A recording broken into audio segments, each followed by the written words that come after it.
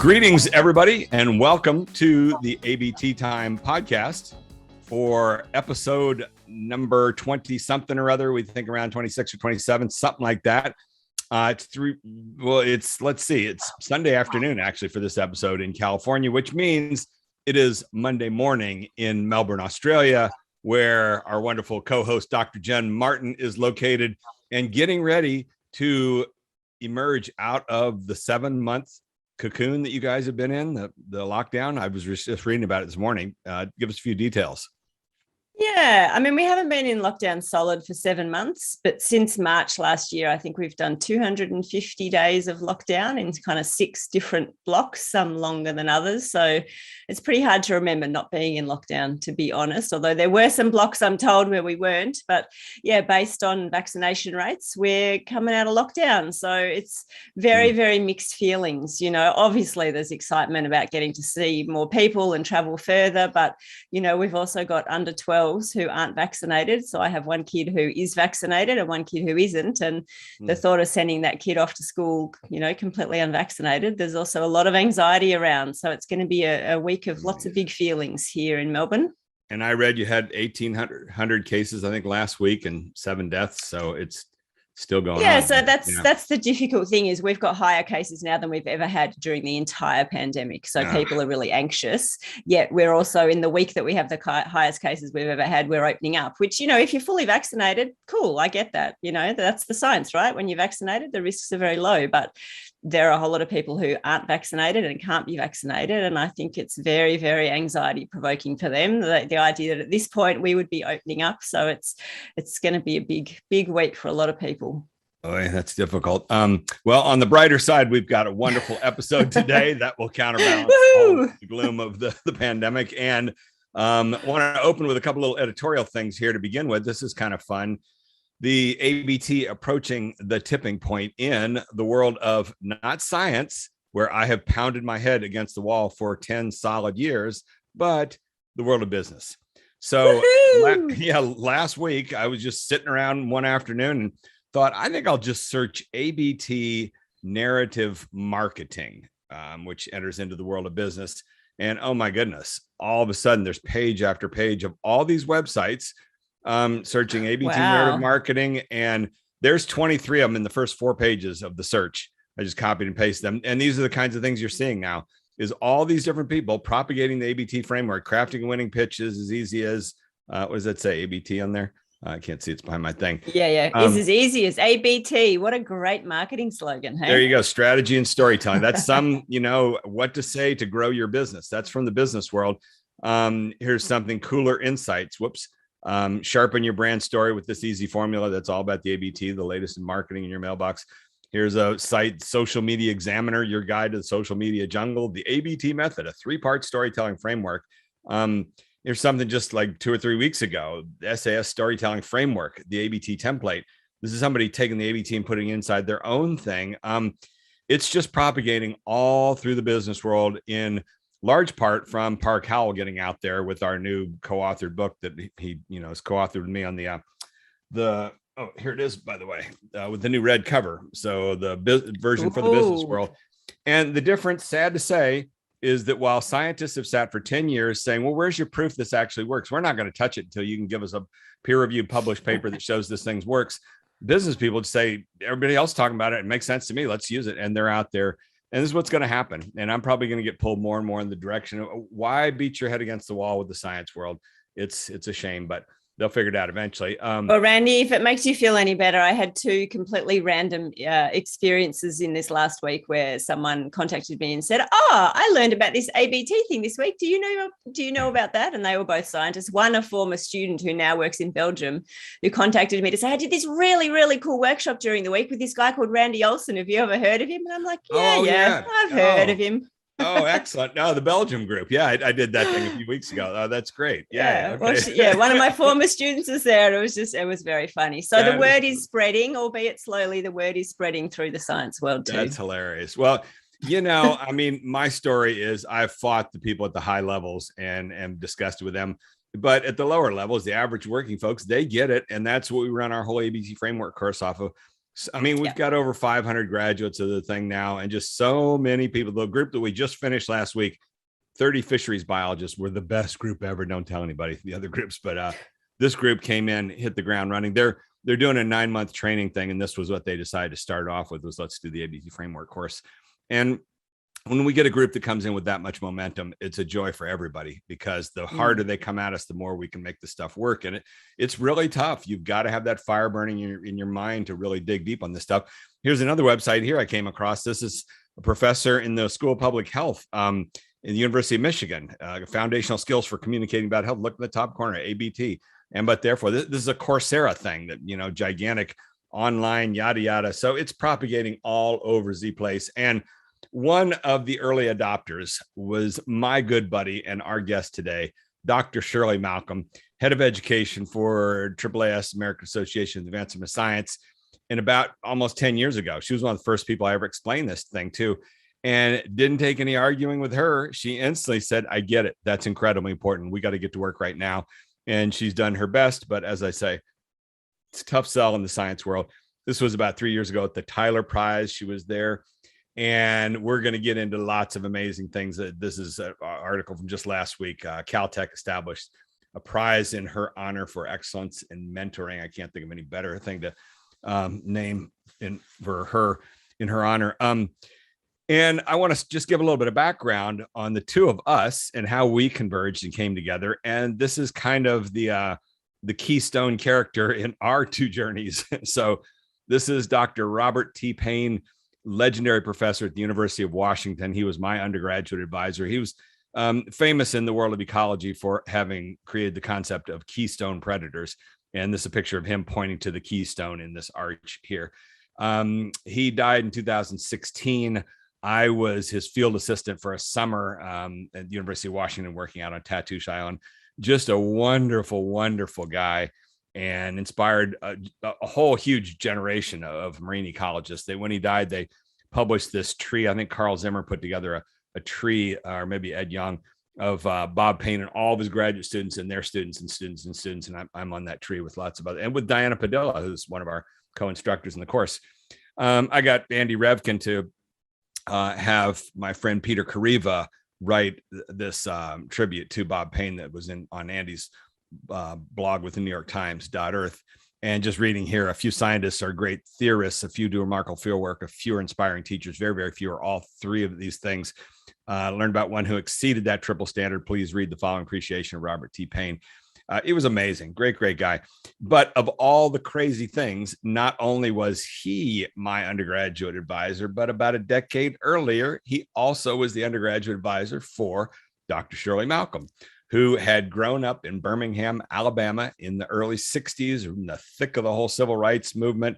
And then of all the wild things, ended up going from Alabama to the University of Washington, where she graduated, and then went off to a glorious career she's going to fill us in on in the world of science and all this acclaim that she receives nowadays. So what happened was in 2009, I published my first book, Don't Be Such a Scientist. And at the very beginning, you open it up and I dedicated it to Bob Payne. And I said, in his honor, the guy who taught me to appreciate marine ecology and have so much fun doing it. He was everything he did was fun. All the group field trips we would take out there to the Olympic Peninsula and camping out. It was just always a ball. He made the whole stuff. He was a great, great storyteller as well, by the way. So apparently somebody gave Shirley a copy. I think Nancy Knowlton gave Shirley a copy of the book, and she opened up and saw that dedication. Bob Payne said, I must meet this guy. So we got together pretty quickly and talked about it.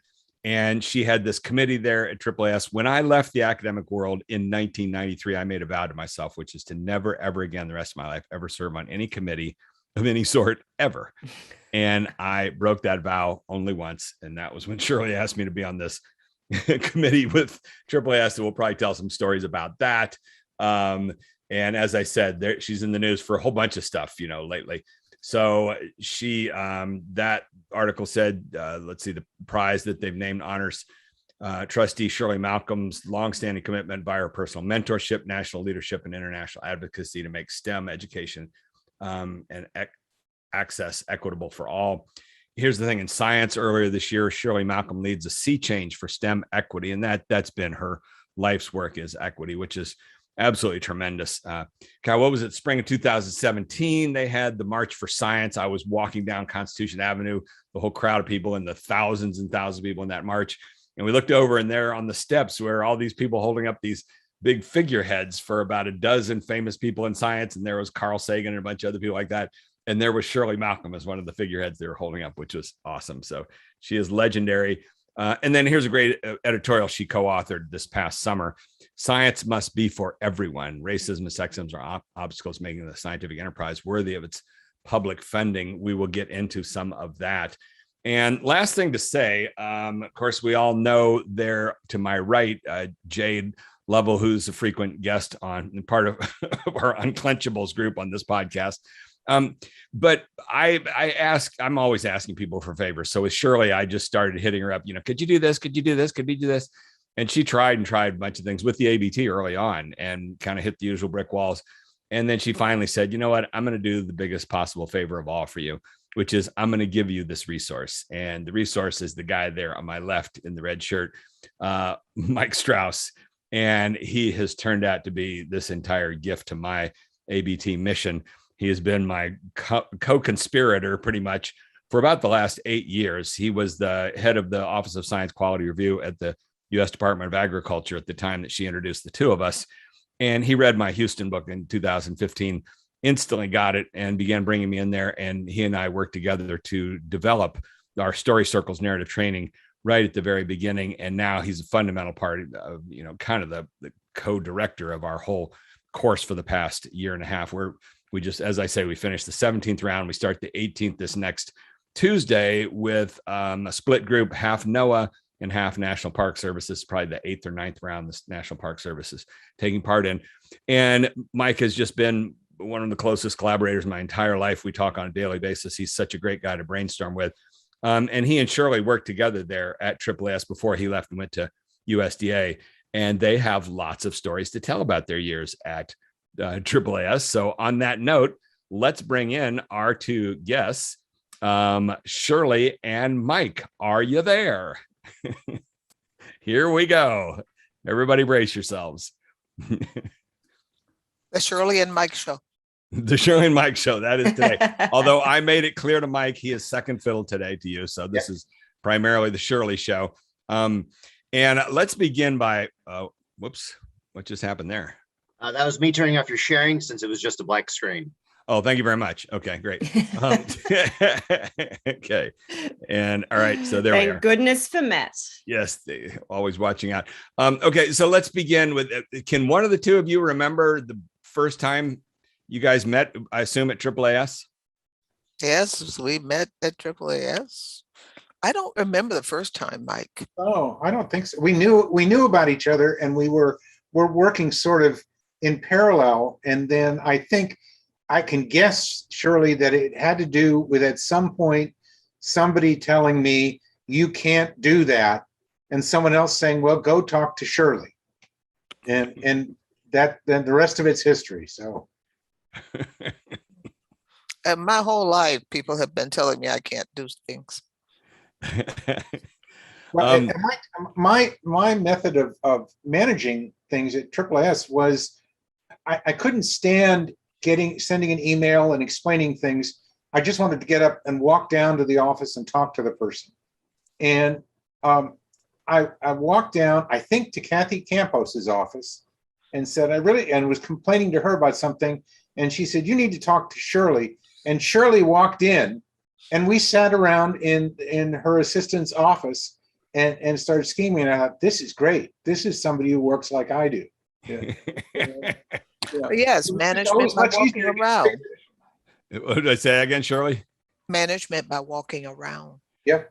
Yeah. Well, you trained Mike very well in that, because I've told the stories about as soon as I started working with him at USDA. Every time I would go there, we would start walking down these halls, and he would spot somebody way off in the distance, and he'd grab me and say, "Quick, duck into this room here. We don't want that person to see us, because if that person sees us, they're going to say, what's going on here? Who's this guy doing?" And they will put the kibosh on everything we're doing. Then we go back out in the hall, and then he spots somebody else. So, "Quick, come on. We got to catch that person." And exactly, it was always just, hiding and chasing. And he was so good at USDA. And in fact, we managed to incubate the whole Story Circles program there.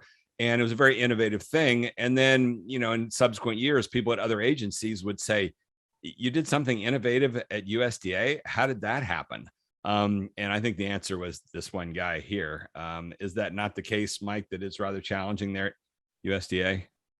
It can be. Like on a lot of science groups, you bring in something new, and the first thing they want to say is, but we've never done it this way before. I was in the fortunate position of having enough of a budget in my own office that sometimes I did things, particularly with Story Circles, and people would, the first objection is, well, but we can't afford it. And I could say, well, I can afford it in my budget. And so a lot of it was doing it, squeezing it out of my office budget. So I didn't have to go ask permission for it. And out of doing that, you really did light a big fire of innovation that we did. At AAAS, tell me, what's the most impressive thing you saw over the years for Shirley and all the things that she worked on there? Give us a few insights in what you witnessed with her. It's hard to pick something. I think what I owe to Shirley is that when I would come in unsure of things, and she would just really encourage me to keep pushing and to keep trying, and that I wasn't going to get anywhere trying to analyze why something wouldn't work. If I had an idea that I thought was good, to just push ahead. And the worst thing somebody could do is say no. And as we talked about before, we got to a point where with the annual meeting that I was running, we did a number of things that everybody said, oh, it doesn't work. And I discovered in Shirley that as I said, sometimes I used my budget, but I discovered in Shirley somebody who also had a budget that she wasn't afraid of using. So there were times when we walked into my boss and said, this is what we want to do. And he'd pull out his green eye shades and say, well, you can't afford that. And I said, that's okay, Shirley's paying for it, or I'm paying for it out of my budget. And he always knew when we walked in the door that there was going to be a new idea. He was probably going to be uncomfortable with it. It wasn't going to cost him anything other than some pride. And he knew in his heart of hearts that he wasn't going to be able to say no. Shirley, let me ask you, in your years working there with AAAS in education, what do you feel like is the biggest accomplishment you had, and what do you think still needs a lot of work? I think that the biggest accomplishment is that we have kept the DEI agenda on the agenda. I mean, the fact that you would be Wait a second, able, DEI, diversity, equity, and inclusion, okay, that essentially that you would keep it on the front burner. And that isn't always easy. People are always wanting to say, well, the women's issue, we solved that last year. No, you didn't. Or the Black issue, you saw, no, you really didn't. I mean, it's like people are wanting to declare victory, and there is no victory to declare. There is only continual efforts to try to progress. And I think that I am happiest that not only is this issue still around, but we have a CEO now who has decided that it has to be the number one issue that is around. Who is that? Because Sudha Parikh, our fairly new CEO, and partly, there was the confluence of George Floyd and a pandemic, and where you had incredible disparities in terms of what was happening to different population groups, and you could not deny that. You couldn't deny it. You can't say, well, maybe, the numbers spoke for themselves. And so I think that I am happiest that the persistence just it's now the good part of the persistence is being realized in terms of having others see what I see. What year did you start? What year did you start at AAAS?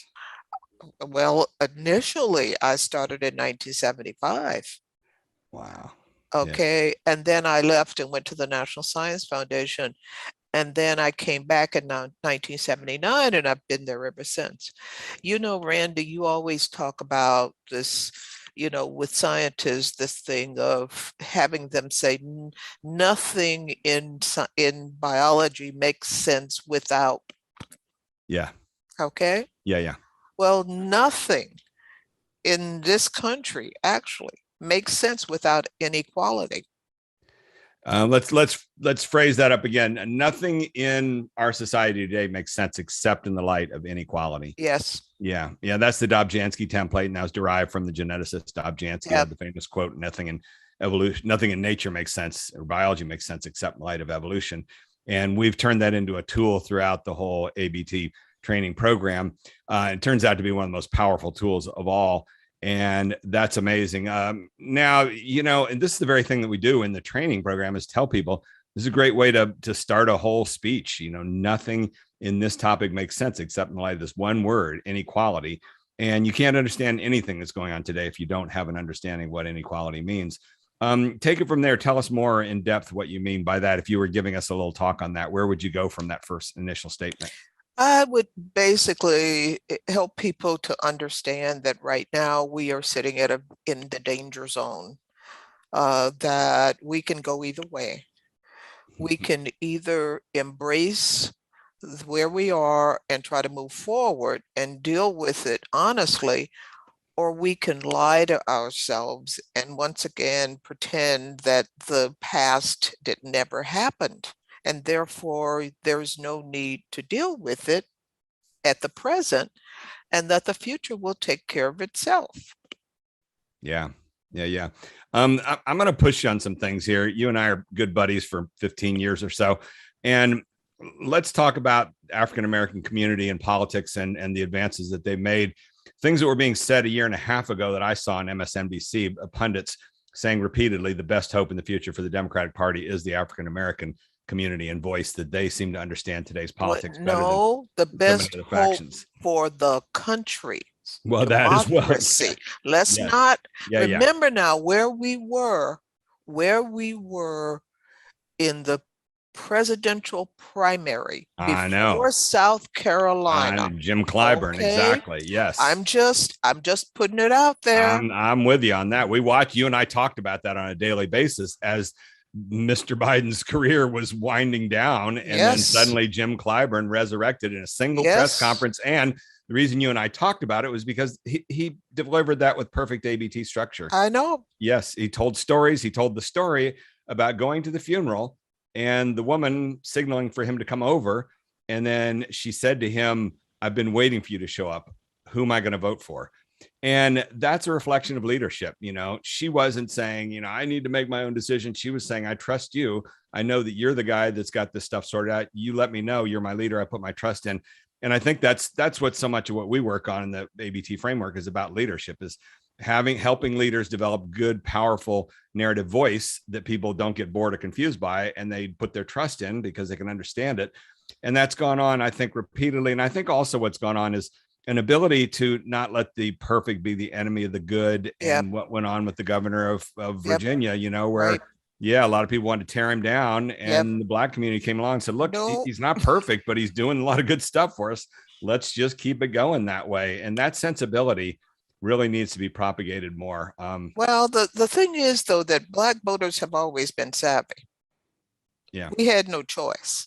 Okay. We were never in charge of anything. And so you had to be careful to make sure that you could figure out who would do the least harm to you. Yeah. And that came up during the 50s.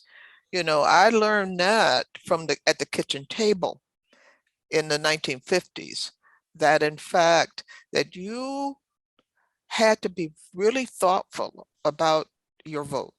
I mean, I heard people who say, I'm not going to vote because such and such a person is just not whatever it is, and I'm not going to vote. And I'm like, you're voting whether you vote or not. And I'm like, what is it about this that you don't get? Yeah.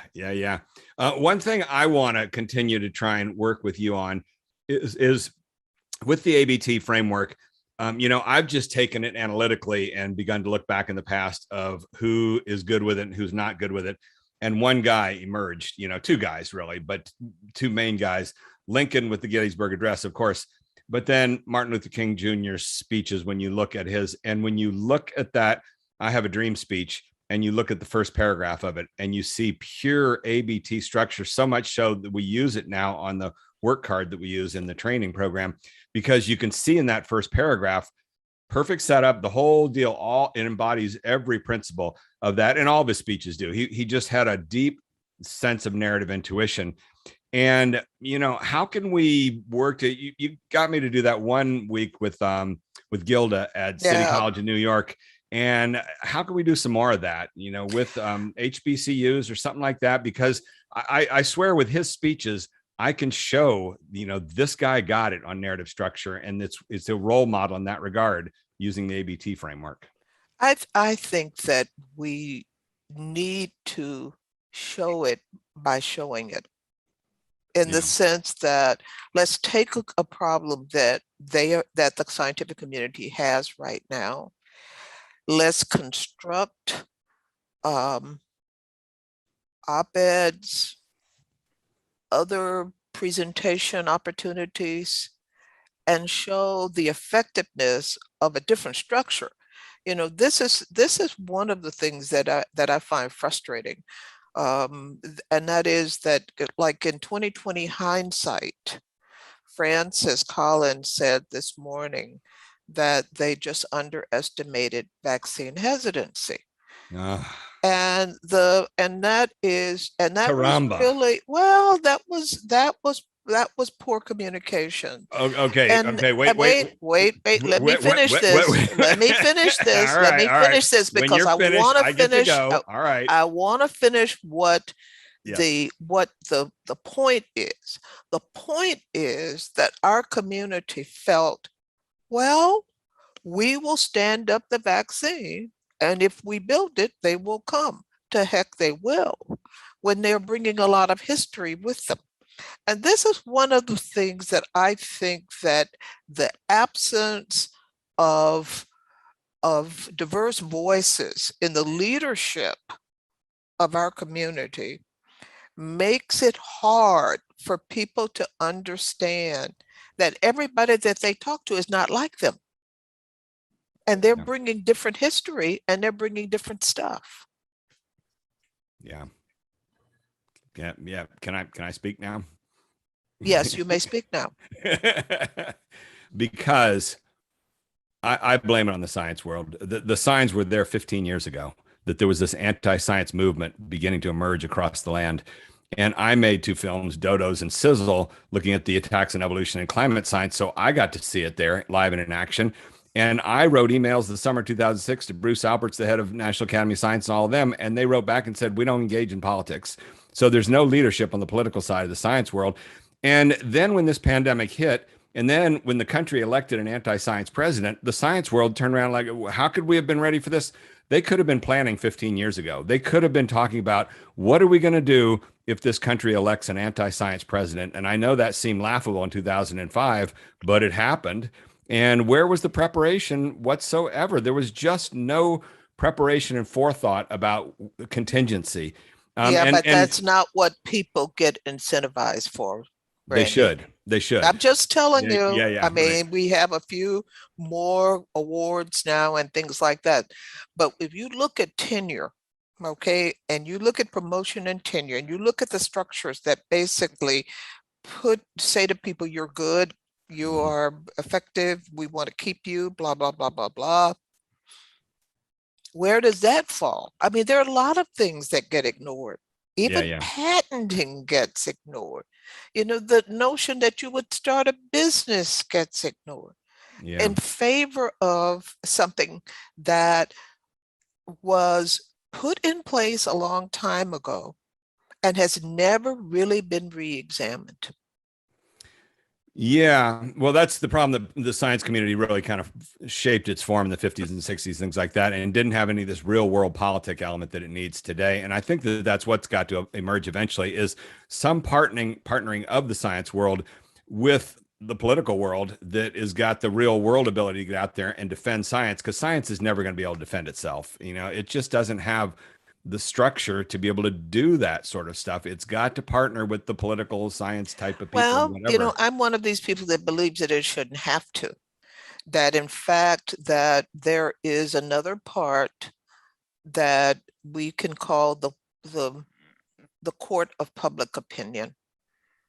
If we help people understand what science and technology has really brought to their lives,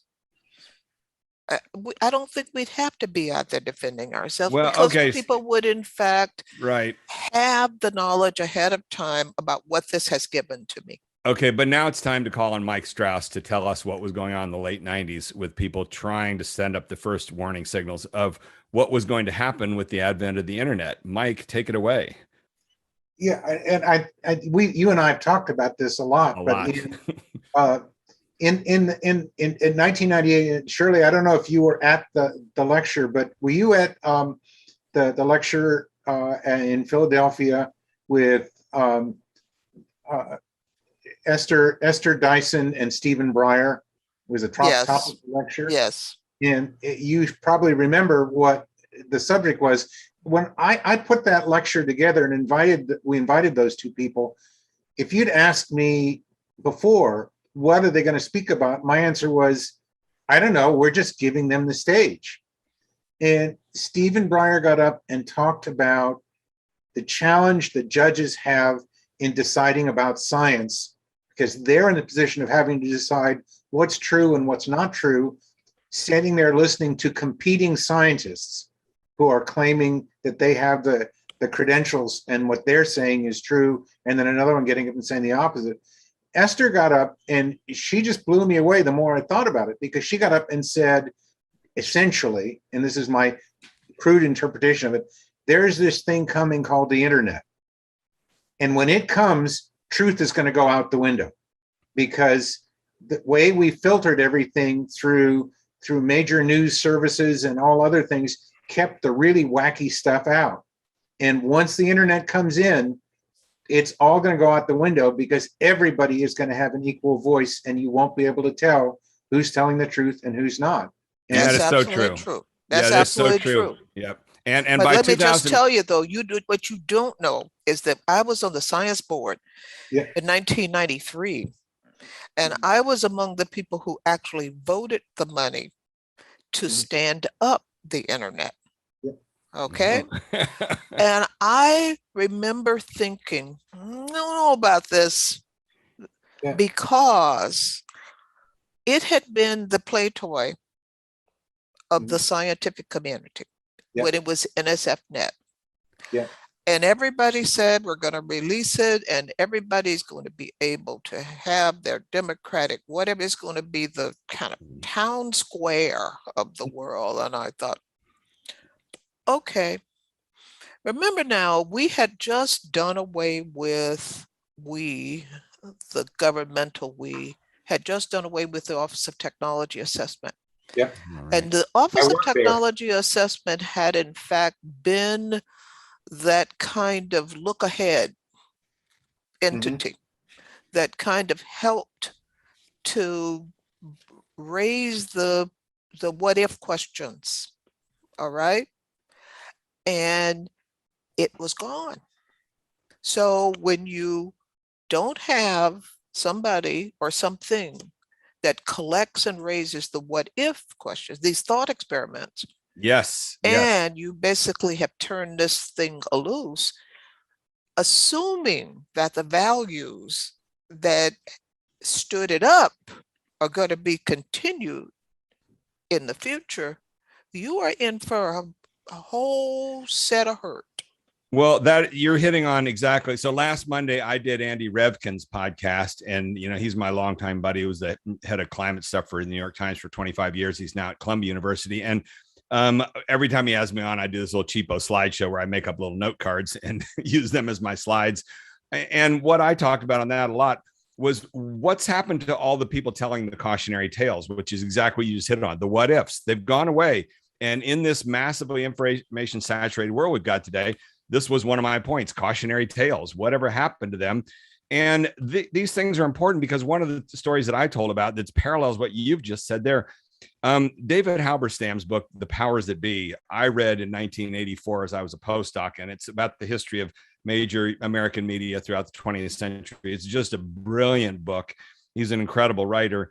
And one of the stories that he told in there was about Edward R. Murrow. And so this is a complete parallel to what you're just saying there about the internet, which is that in World War II, in the first half of the 1940s, there were all these radio correspondents that went over there, Harry Reasoner, Edward R. Murrow, Howard K. Smith, all of them.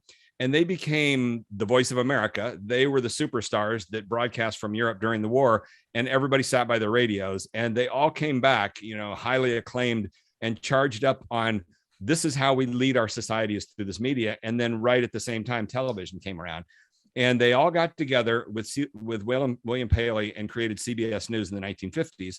And they had this idealistic vision, this utopian vision that we can use television to lead society as this forum for knowledge and good and everything like that. And it worked for a while. And there's the famous stories about the McCarthy hearings and how they did, the CBS News was a fundamental element in all of that. And by the late 50s, it looked like it was working. And then as David Halberstam tells about it, all of a sudden, the early 60s, what came along was the Munsters, Gilligan's Island, Beverly Hillbillies. Literally, those shows started to be produced, and they became so popular that the heads of CBS came to William Paley and said, sorry, but it's time to cut your news hour back to a half an hour. And Edward R. Murrow and those guys fought tooth and nail, like, no, this is important for our society that we deliver this substantive news. And the masses just said, sorry, we'd rather watch Gilligan's Island than listen to your news show. And that's the same arc that happened with the internet, which was, as you're saying, there was the science world saying, oh my God, this could be such a voice for democracy. And where is it now? Facebook and trolling and ugh. And what's missing in that picture is the cautionary tales, which, Mary Shelley and Frankenstein, the people like that tried to warn about this science and technology. There's always a dark side that comes with it.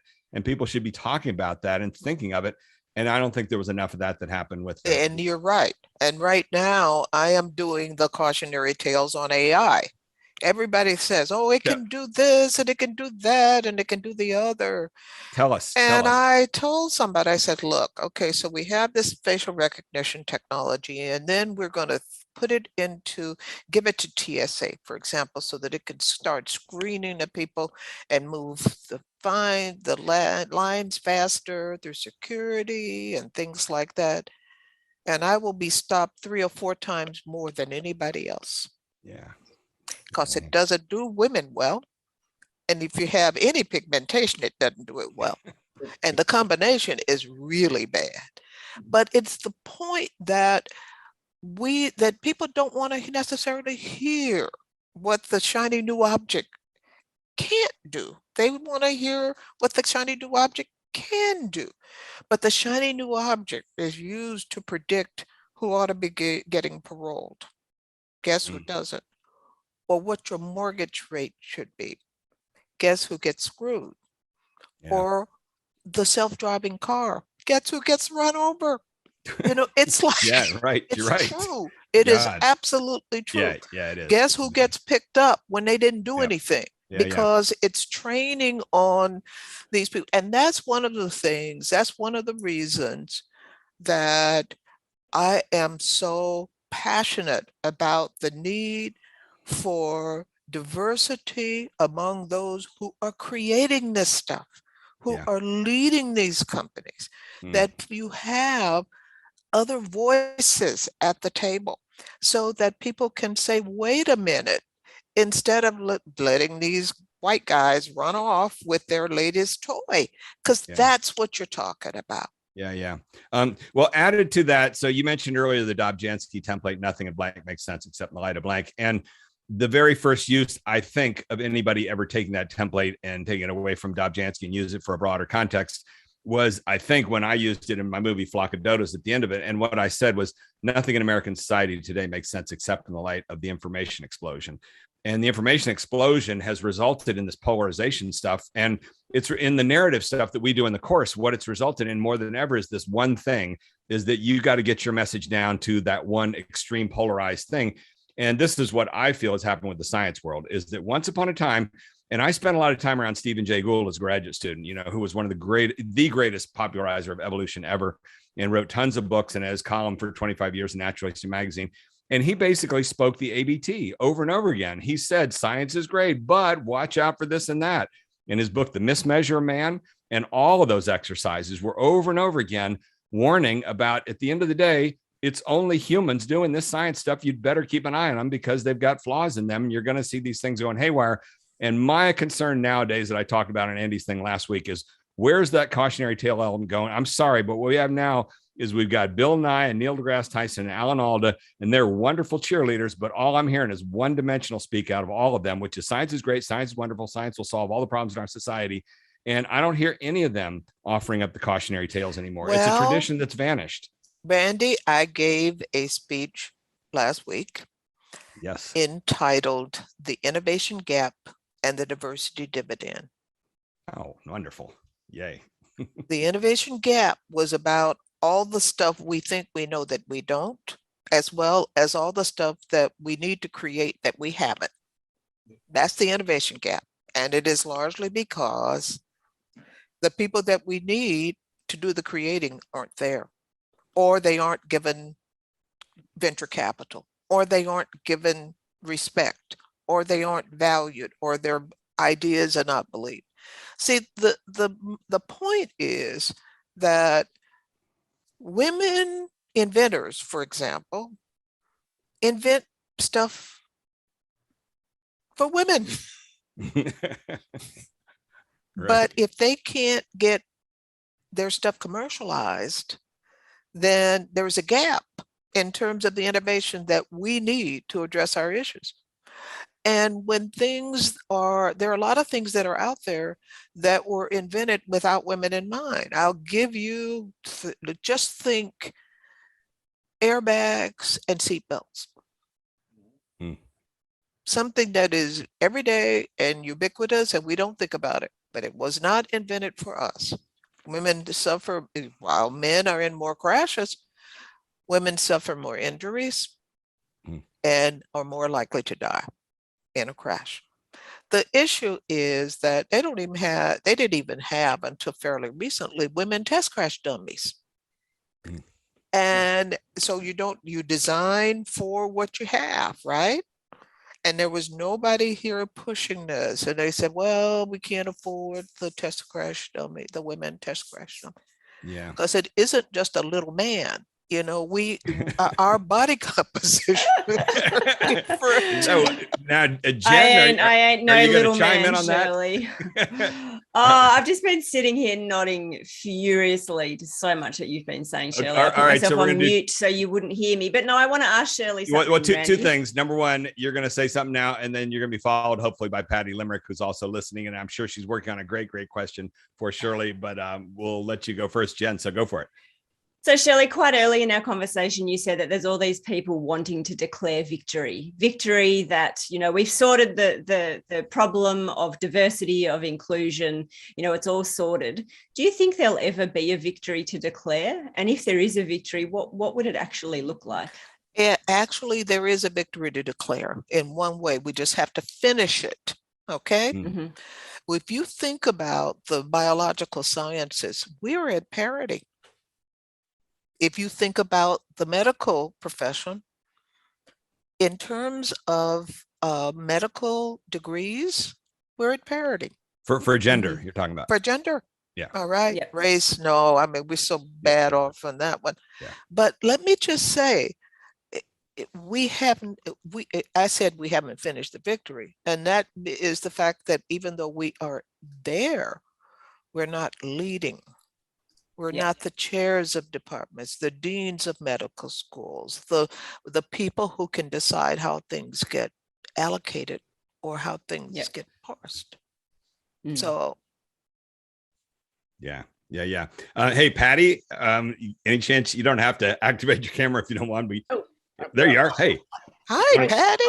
Hi, are you speechless or do you have a few words for us? Oh, I'm just very, very happy to listen to your speaker today. So that would shut me up so that she would speak more, except that I can't hold myself back. So, okay.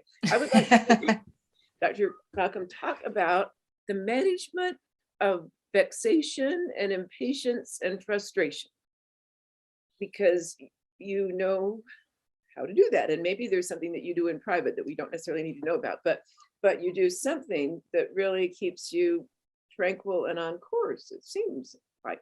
And of course, I'm wondering a little bit from my own preferences, that maybe humor could play a part in that, that when people are, when experts are resisting change, they're pretty funny, even though they may not ever have the blessing of seeing that. So I wondered if you could give us a little workshop on how, I mean, the opportunities you have had for vexation and frustration are. That is a great question. Yeah. And somehow that, I will just say, I talked last night. Well, this is a follow-up question, so maybe Randy will give me a chance for a follow-up question. So, okay, so that, but my main question you just heard. And I will add to her question there, which is you're coming across as more optimistic than ever before today in all your comments. So Shirley, we're wondering, how can you possibly be optimistic given all the struggles you've been through? So please share the secrets with us. I think that it is a matter of creating a path forward that is honest. Now, I no longer run all the education programs at AAAS. I am focused. I'm advisor to the CEO, but my focus is something called Sea Change, SEA, STEM Equity Achievement Change. It's modeled on and inspired by Athena Swan. And it is an inherently radical idea in the following sense. It assumes that the system is the problem, and it asks for system transformation and gives tools and scaffolding to allow institutions to look at themselves and to document themselves in an evidentiary way, count in a way that is disaggregated. And when you finish counting and finish disaggregating, explain to yourself how these numbers got to be like this. It is that self-reflection. You can't just make this stuff up. You've got to look and understand how you got to be this way. And I think that it is this denial. You know that, well, I think it was a rap song, "Denial Ain't Just a River in Egypt." It's this denial that, in fact, that has, I think, gotten us off track. We can just dismiss that the truth. Okay, let me interject something, because this is the ABT Time podcast. We always have to be talking ABT, and it was great that you brought up the Dobzhansky, so that you scored major points for that already. But on a completely parallel note that you're making me think of is, without naming the name, there's a big biotech firm that over the last 5 or 6 years has brought me in to work with some of their scientists and how they give their job promotion talks. And I help them shape their talks into ABT talks, because they have a tendency there to give end things. Well, what I learned, the 12 that I worked with a year later, when I checked in with the boss, said how they're doing. Basically, he said the jungle reclaims all. As I went away, they atrophied back into and stuff, because the culture there is so deeply entrenched in and I would, I would end up telling them the same thing. I think I should write them an email. You guys need to do sea change. You need to, exactly what you're talking about there. Nothing's going to change until you change that big culture, because otherwise you can come in, work with the individual. As soon as you go away, the culture is going to bring them right back. That's right. It's going to pull them back in. That giant sucking sound is basically they're being pulled back into the culture. Yeah. That's a whole mindset. That's really fascinating. And how's it going with that, with the sea change? I think it's going well in the following regard. I hear more people talking about changing systems. I hear more people talking about the fact that bias is baked into what we currently have. Yeah. I hear more people talking about looking at their own numbers, their own questions, their own cultures, their own climates, and not liking what they see. See, the thing is that what the fish doesn't see the water, they didn't know that there were people who were there who weren't all happy and seeing the things that they saw and experiencing the things they experienced. Yeah. Privilege is really, it's a distorting kind of a thing. It allows you to, to just ignore whole worlds of activity going on out there. Yeah. We've got only about 10 more minutes because we had to keep this one to just an hour. And of all the conversations I've ever had with you, in some ways, this is kind of like the most enjoyable one ever. I'd never quite gotten a clear picture of that sea change you're talking about there. But one little thing we have to address before we wrap things up here is once upon a time, you took me to lunch there after a few years of being on your committee.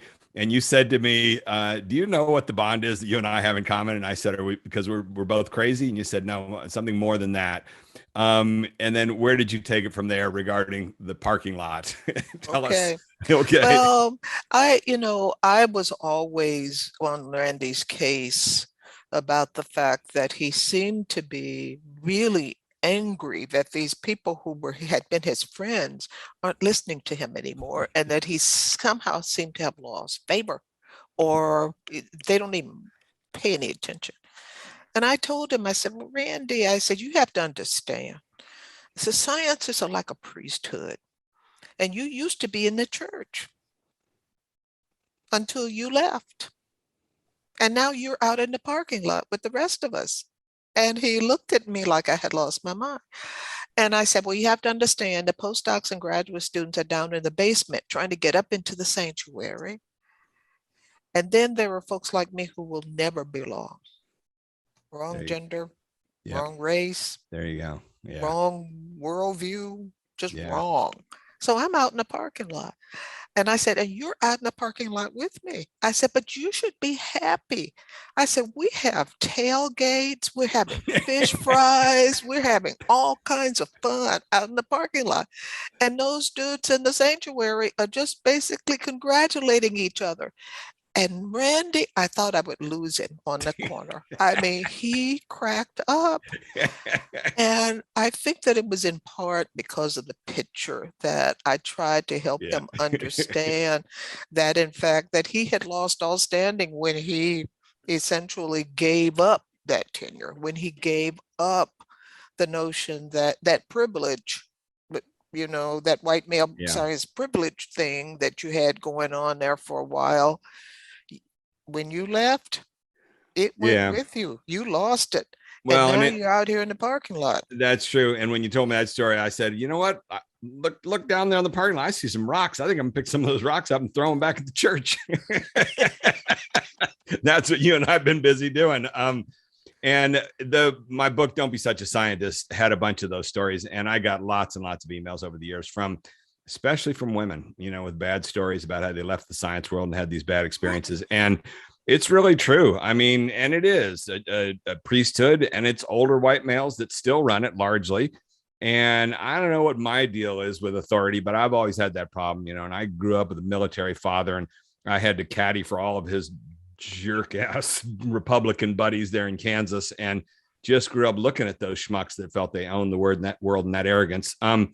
And it's very deep, but all you can do is work on it. But I think you're hitting at the greatest hope of all, that sea change idea, that, you've got to shift the mindset to understand that until you change the systems, you can do all this fine scale work, and the jungle will just keep reclaiming. It'll just keep going. It just keeps coming. It just keeps coming at you. Yeah. Well, I must tell you though, Randy, I was really honored that you named a law after me. I really was. It's very, very deep. And I will tell you right now that where I shouldn't give away any of this, but we're in the thick of a major documentary series that we're pulling together, I think. And the main character is a guy who's in the middle of a huge lawsuit. And in talking with him last week, I invoked Shirley's Law, and they're in this lawsuit. And he said, I'm not sure that my lawyers are going to allow me to do interviews with you guys in the middle of this thing. And then I said, well, in the stuff that we do here, we got this little thing we call Shirley's Law, which is if you don't tell your own story, somebody else is going to tell it for you, and you probably aren't going to like how they do it. And as soon as I said that, he said, well, yeah, I know that's kind of the problem, So we may very well be up for this. And we're going to have a next couple of days a big powwow with them and the lawyers and everything else like that. But I wish there were time and energy in the world to publish a book titled Shirley's Law. We can only do so much. I've written it into the second edition of Don't Be Such a Scientist, but there's a need.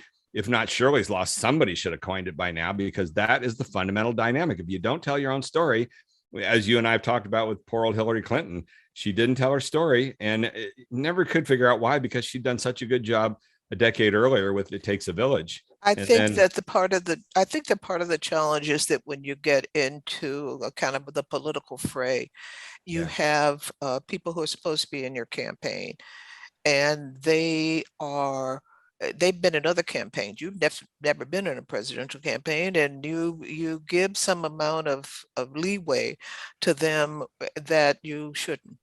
And because the person who's running is you, and you're running on your record, and you're running on who you are. And one of the things that right now, as I'm watching the whole thing play out about whether the agenda will be moved forward in the Congress and things like this, the best thing that I heard, that was some woman on TV who says the Democrats are trying to sell the recipe, and what they need to do is sell the brownies.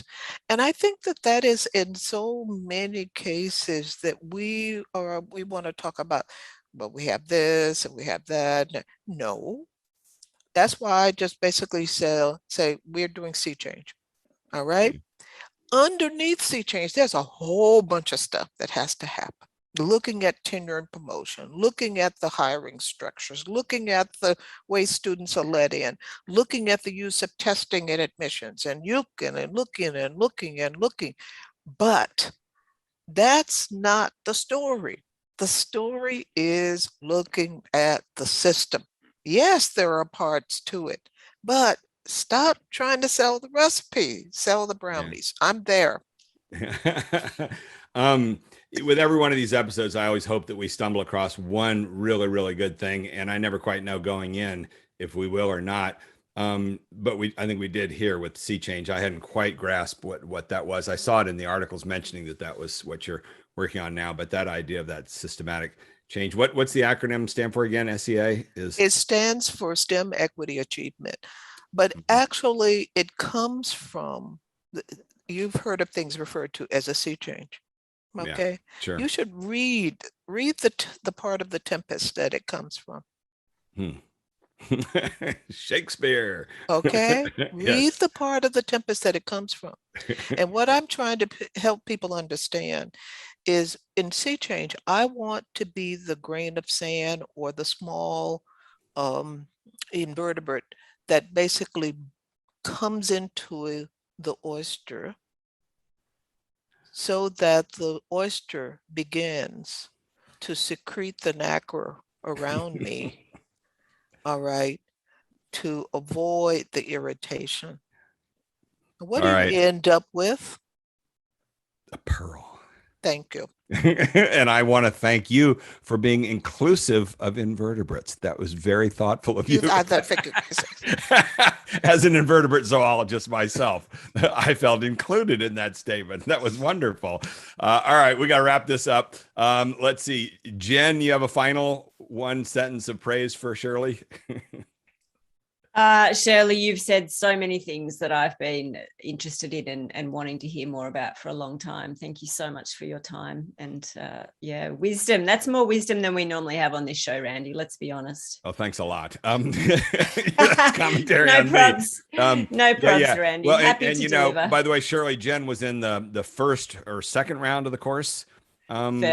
First round, and so she saw you. Remember last year you came and were a guest in the very first round of the course. So and she's one of the longtime troopers. Patty, you want to say one last statement? I do, which was that was just astounding. That was so excellent, and I was way too busy to take part in this. I get this message from Randy that you're going to be on, and I think I am way too busy, and then thank the Lord I think, oh, that's about that. And so I'm so glad I came on this, and it just will carry me through. And good heavens, that several sentences that I think everything that's said here on public record is quotable, right? So there are several sentences that I heard here that I with Yes. attribution. We're very big on that in humanities, very big on attribution. So I will be doing that. So thank you. That is wonderful. And next to last, Mike, final statement.